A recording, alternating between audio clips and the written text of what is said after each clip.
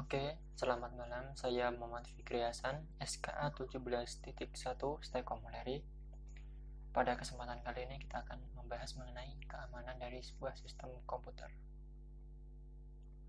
Oke, mengapa keamanan komputer ini dibutuhkan? Satu, adanya informasi based society.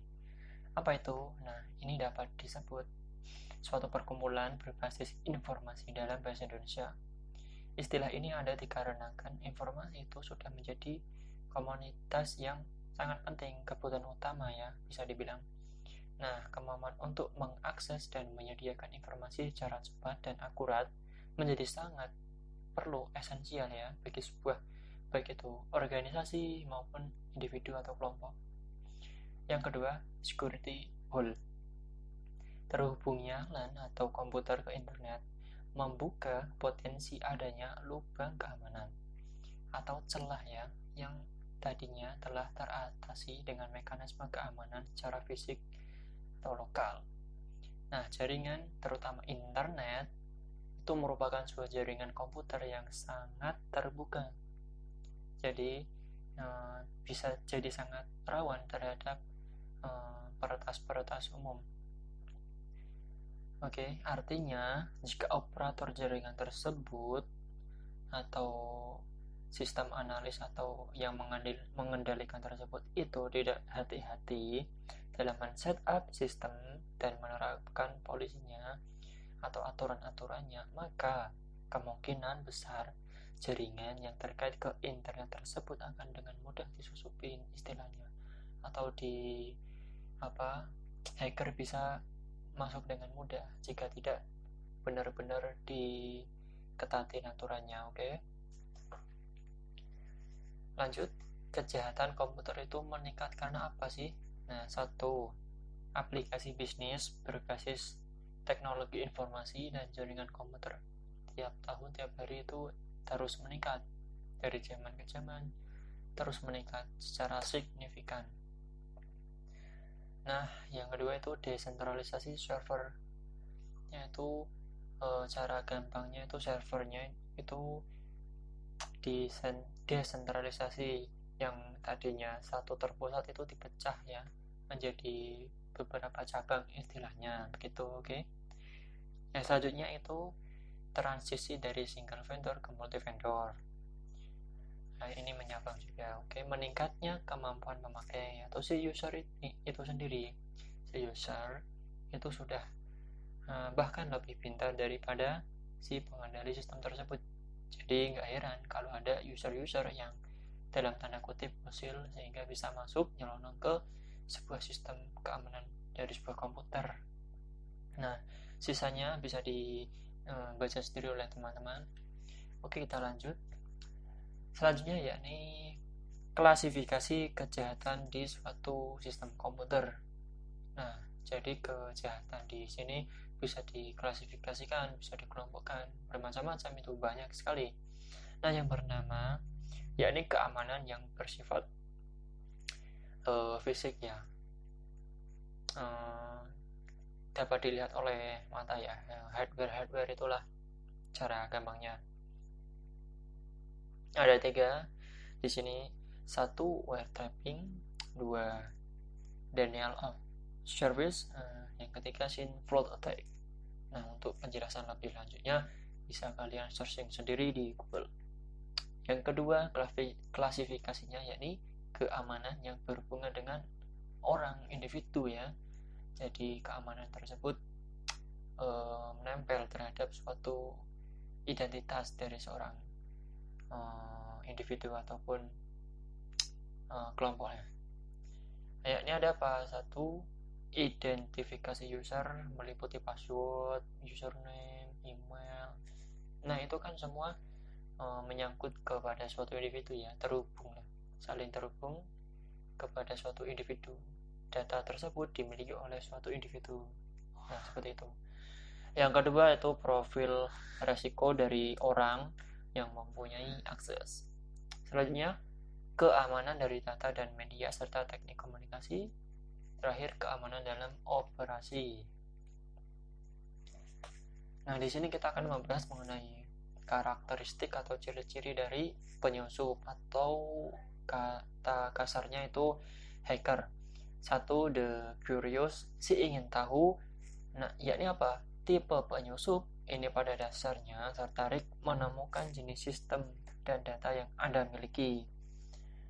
Jadi si hacker ini selain dia menyusup, dia juga aktif mencari celah-celah dari misalnya aplikasi kita. Dia mencari username, mencari password, mencari resource yang lain bahkan. Oke, cukup jelas. Kita lanjut. Yang kedua adalah, yang ini lebih parah lagi nih, the malicious, yaitu si perusak. Nah, tipe penyusup ini berusaha untuk merusak dari sebuah sistem yang ada.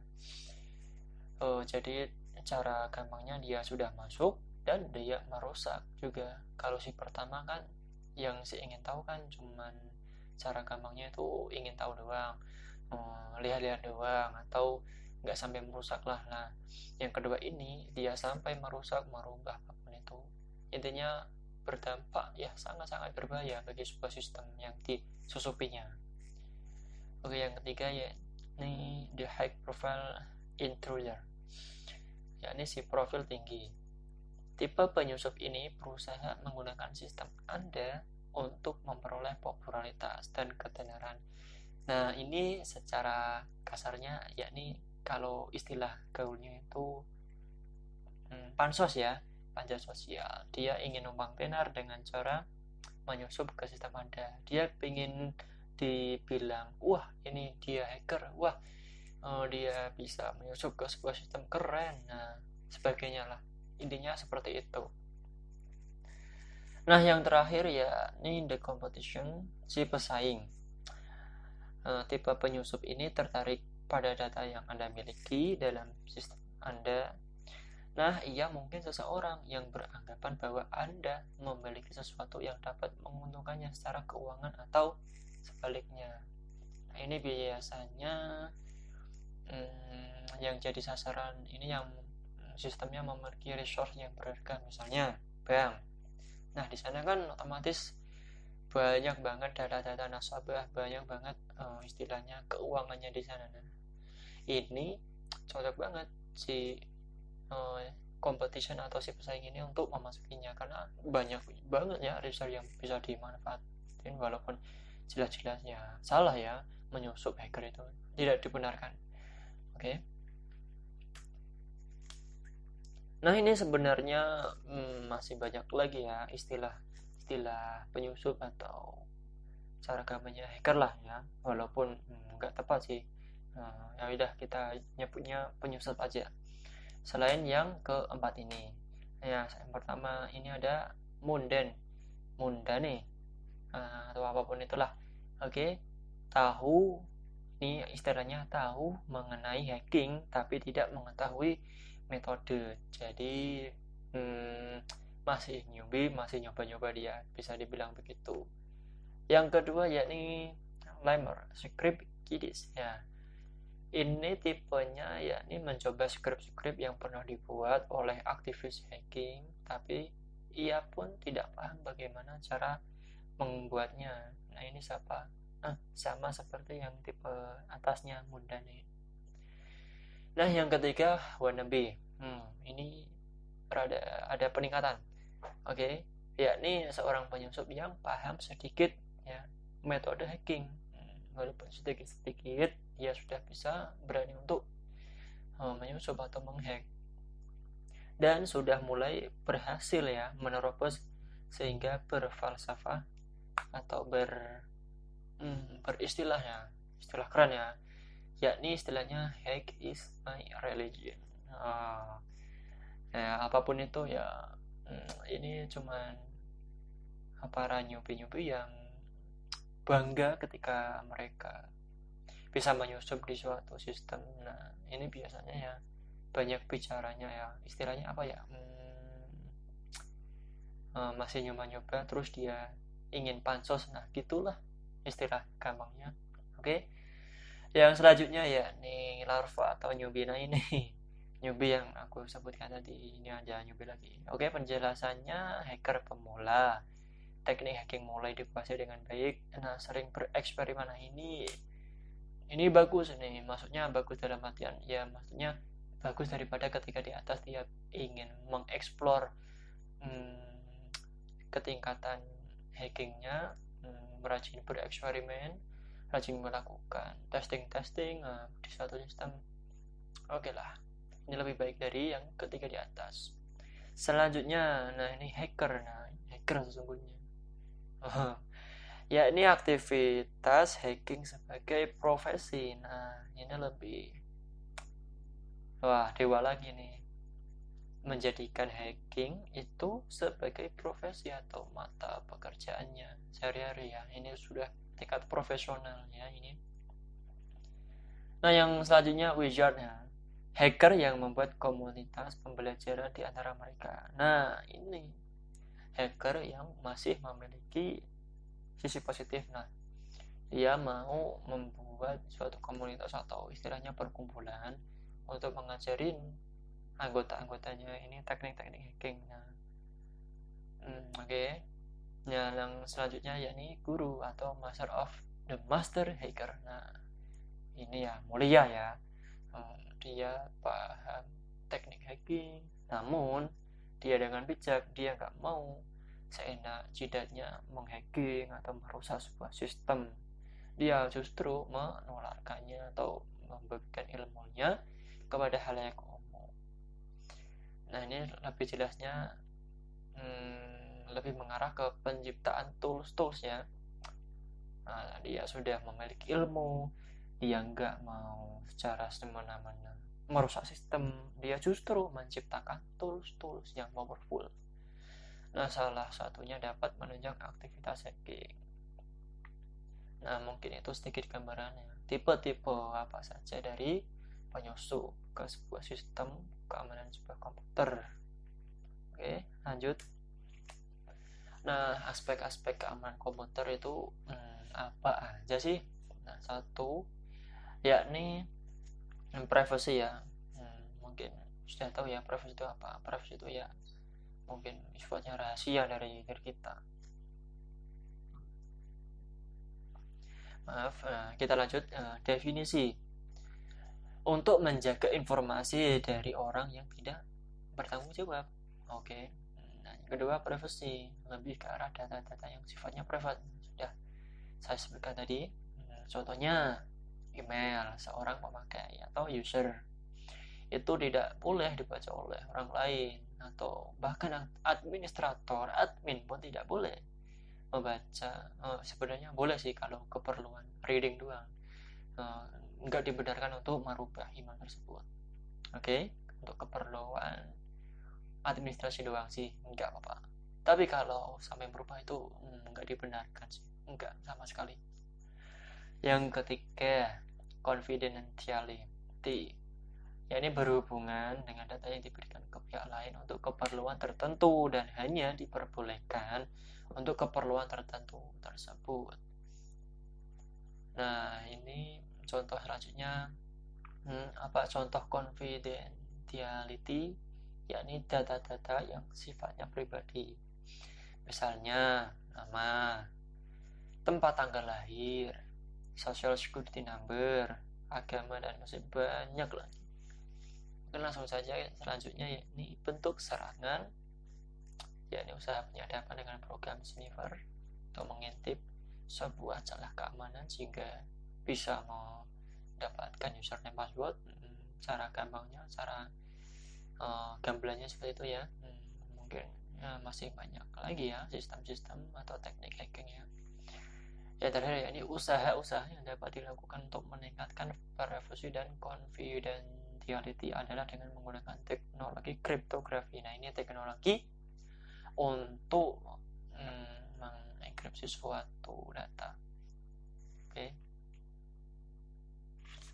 Yang pertama itu integrity atau integritas. Nah, definisinya apa? Ini informasi tidak boleh ya diubah tanpa seizin pemilik informasi tersebut. Jadi yang berhak mengubah ya si pemilik tersebut, ya si user tersebut ya.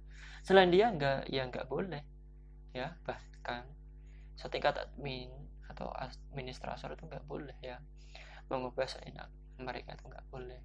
Tugas admin itu kan cuma menjaga agar sistem itu aman, dan data-datanya tidak bocor. Nah, kalau sampai merubah itu ya nggak boleh lah.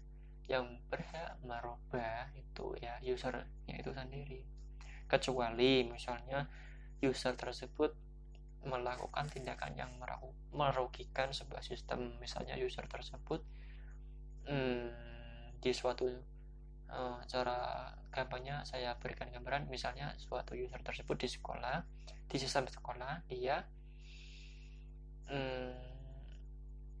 nggak masuk ataupun apa ya istilahnya yang merugikan. Nah, mungkin sebagai peringatan si admin boleh untuk nge-ban lah, nge-banned atau melarang si user tersebut, misal selama 1 hari. Jadi selama 1 hari si user tersebut itu tidak boleh, nggak bisa login ke sistem sekolah. Nah, buat pembelajaran. Nah, cara gampangnya seperti itu. Oke. Contohnya apa ini? Contohnya email di intercept di tengah jalan, diubah isinya kemudian diteruskan ke alamat yang dituju. Nah, ini sangat berbahaya. Kita ngirim email di tengah jalan, emailnya dirubah alamatnya oleh suatu orang yang gak dikenal, dan email tersebut kontennya itu jadi tersampaikan ke orang yang salah. Misalnya aku ingin ngirim email ke A, tengah jalan emailku dibegal. Cara kasarnya seperti itu, dan dialihkan enggak sih ke A tapi ke si B. Nah, itu problemnya, itu bahaya banget. Nggak tahu kan isi email kita seberapa pentingnya. Nah, itu bahaya sekali. Oke, lanjut. Yang kedua, authentication. Definisinya apa? Yaitu metode untuk menyatakan bahwa informasi betul-betul asli, atau orang yang mengakses atau memberikan informasi adalah betul-betul orang yang dimaksud. Nah, ini gambaran umumnya ketika Anda login Facebook. Oke. Ketika login Facebook, Anda harus sesudah memasukkan password dan username dan password, maka Anda harus mencentang atau apa ya, kayak mengkonfirmasi ulang lah istilahnya. Cara gampangnya seperti ini. Ketika Anda membuat akun atau apapun itu, Anda harus memasukkan kode captcha. Nah, kan pernah lihat kan kode captcha? Nah, itu fungsinya seperti itu, bahwa sebenarnya kode captcha itu enggak apa ya, lebih dari autentifikasi. Selain tidak bisa diisi oleh robot. Nah, itu fungsinya sebagai autentifikasi yang berfungsi untuk biar benar-benar kita yang mengisikan suatu data, enggak orang lain. Nah, mungkin mohon maaf ya penjelasan dari saya muter-muter ya, mohon maaf ya. Kita di sini belajar bersama. Oke, kalau ada mungkin yang kurang jelas, saya mohon maaf.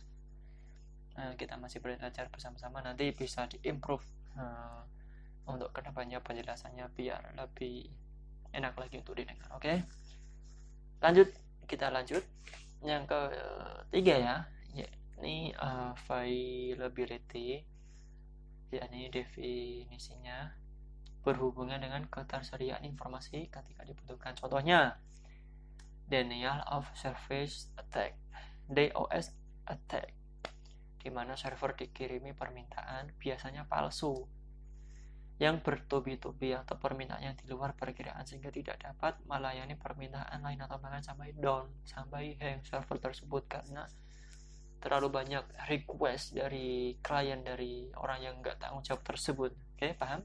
Oke, lanjut. Nah, selanjutnya access control. Definisinya apa? Yakni cara pengaturan akses kepada informasi berhubungan dengan masalah autentifikasi dan juga privacy. Metodenya apa? Menggunakan kombinasi user ID atau password dengan menggunakan mekanisme lain. Nah, kita masuk ke topik baru, yakni security attack models. Yang pertama yakni interruption. Perangkat sistem menjadi rusak atau tidak tersedia. Serangan ditujukan kepada ketersediaan availability dari sistem. Contoh serangan adalah denial of service attack, yang seperti yang di slide sebelumnya, DOS attack. Oke.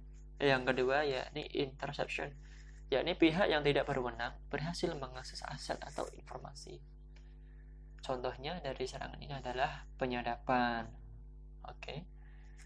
Yang ketiga yakni modifikasi, pihak yang tidak berwenang tidak saja berhasil mengakses, tapi dia juga dapat merombak dari suatu informasi yang diakses tersebut.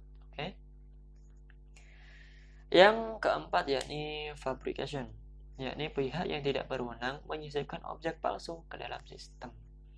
Contohnya apa? Dari serangan ini adalah memasukkan pesan-pesan palsu seperti email palsu ke dalam jaringan komputer. Oke, lanjut. Nah, ini merupakan topik di mana kita akan melihat beberapa insiden-insiden istilahnya ya dalam suatu keamanan sistem komputer. Ya, ini apa? Security breach incident. Pada tahun 96, US Federal Computer Incident Response Capability atau FED GIRC ini melaporkan bahwa lebih dari 2.500 insiden di sistem komputer atau jaringan komputer yang disebabkan oleh gagalnya sistem keamanan atau adanya usaha untuk membobol sebuah sistem keamanan. Oke. Nah, pada tahun 88, keamanan sistem mail dieksploitasi oleh Robert Tappan Morris sehingga melumpuhkan sistem internet. Wah, ini juga bahaya banget sih, udah gila banget ini sih. Oke. Kegiatan ini dapat diklasifikasikan sebagai denial of service attack. Nah, diperkirakan biaya yang digunakan untuk memperbaiki mencapai 100 juta. Waduh, banyak banget ini. Oke. Di tahun 90, Morris dihukum dan hanya didenda 10.000 juta dolar saja. Lucu ya, kerugiannya bisa sampai 100 juta dolar, namun dia cuma dituntut 10.000 dolar. Gak tahu deh. Oke, langsung lanjut saja teman-teman. Nah, kita akan mempelajari bagaimana hacker bekerja secara umum melalui tahapan-tahapan sebagai yang disebutkan di bawah. 1. Tahap mencari tahu sistem komputer sasaran. 2. Tahapan di mana hacker tersebut menyusup. Setelah tahu sasarannya, nah dia otomatis menyusup ke sistem tersebut. Yang ketiga, yakni penjelajahan. Setelah berhasil menyusup, hacker tersebut menjelajah, muter-muter di sistem itu, entah mau apalah, nggak tahu saya. Yang selanjutnya yakni tahap keluar dan menghilangkan jejak. Oke, biasanya tahapan ini dilakukan dalam tanda kutip oleh hacker yang profesional. Karena apa? Karena kebanyakan hacker pemula dia cuma sehabis masuk dan jelajah, dia nggak ninggalin jejak, jadi dia dapat dilacak. Nah, oleh hacker profesional dia nggak seperti itu. Dia setelah berhasil menghack atau menyusup dan menjelajah, dia menghapus jejaknya karena dia tahu dia itu pasti akan dilacak oleh sistem keamanan, oleh orang-orang dalam dari sistem tersebut. Makanya dia hilang jejak dengan berbagai cara. Oke. Nah, oke, sekian mungkin itu saja yang dapat saya sampaikan mengenai keamanan sistem dari sebuah komputer. Oke. Terima kasih telah menyimak penjelasan Dari saya, wassalamualaikum.